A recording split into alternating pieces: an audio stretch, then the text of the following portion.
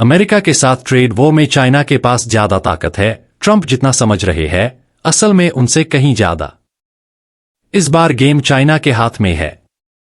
जब Donald Trump ने global trade partners पर भरी भरकम टैरिफ्स लगाने का प्लान कुछ वक्त के लिए रोका, एक देश इस छूट से वंचित रहा, चाइना।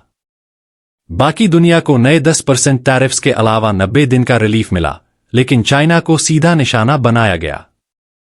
9 अप्रैल 2025 को ट्रंप ने चाइनीज गुड्स पर टैरिफ 125% तक बढ़ा दिया, जिसे कुछ इंपोर्ट्स पर कुल मिलाकर 145% का भरी ड्यूटी लग गया।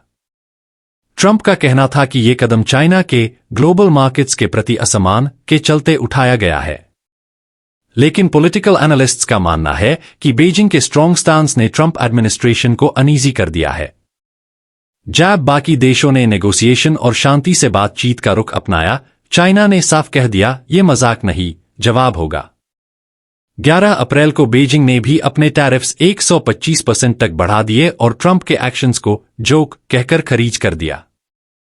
आज दोनों देश एक फुल ब्लोन ट्रेड कॉन्फ्रोंटेशन में घुस चुके हैं, लेकिन चाइना पीछे हटने को तैयार नहीं।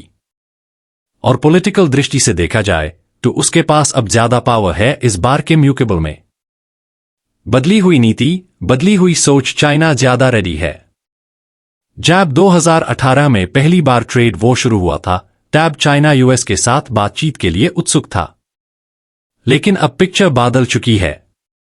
आज बीजिंग जानता है कि यूएस इकोनॉमी को उतना हाई नुकसान पहुंचा सकता है जितना वो खुद उठाएगा, और इसके साथ अपना ग्लोबल इन्फ्लुएंस भी बढ़ा सकता है।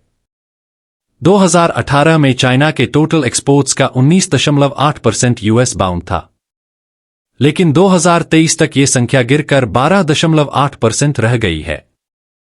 चाइना अब डोमेस्टिक डिमांड एक्सपेंशन की पॉलिसी पर काम कर रहा है, जिसे अपनी इकोनॉमी को अंदर से मजबूत बनाया जा सके।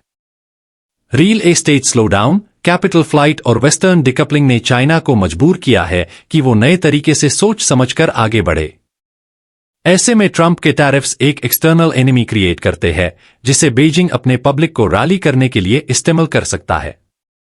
साथ ही चाइना जानता है कि यूएस के पास चाइनीज सप्लाई चेन्स का ट्यूरेंट अल्टरनेटिव नहीं है।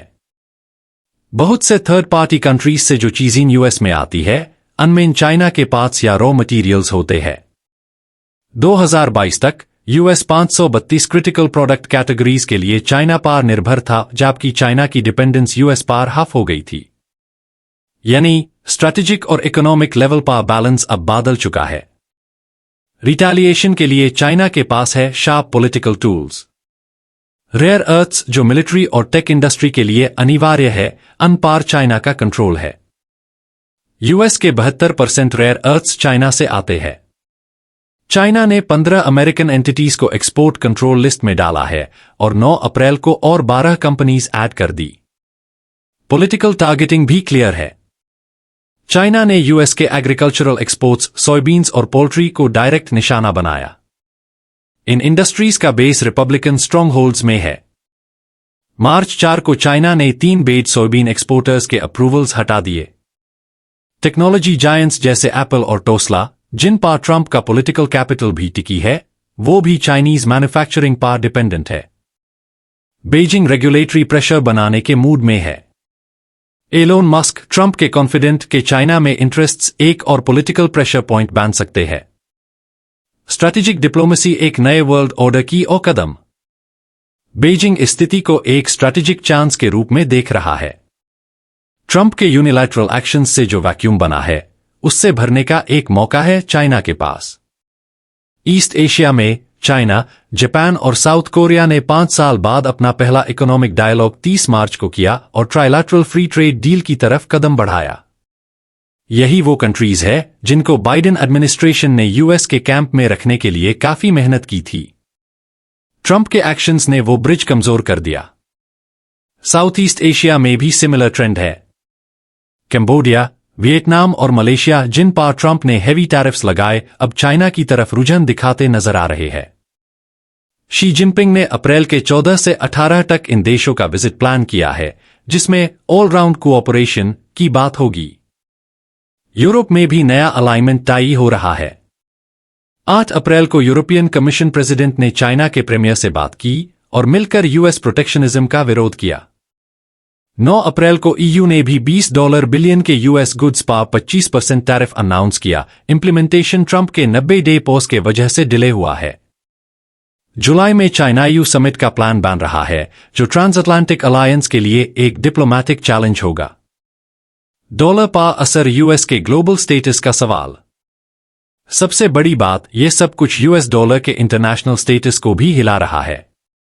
जब ग्लोबल इन्वेस्टर्स टैरिफ अनसर्टेनिटी देखते हैं, $2 और ट्रेजरी बॉन्ड्स जिसे सेफ असेट्स माना जाता था, अन पर विश्वास कम होता है।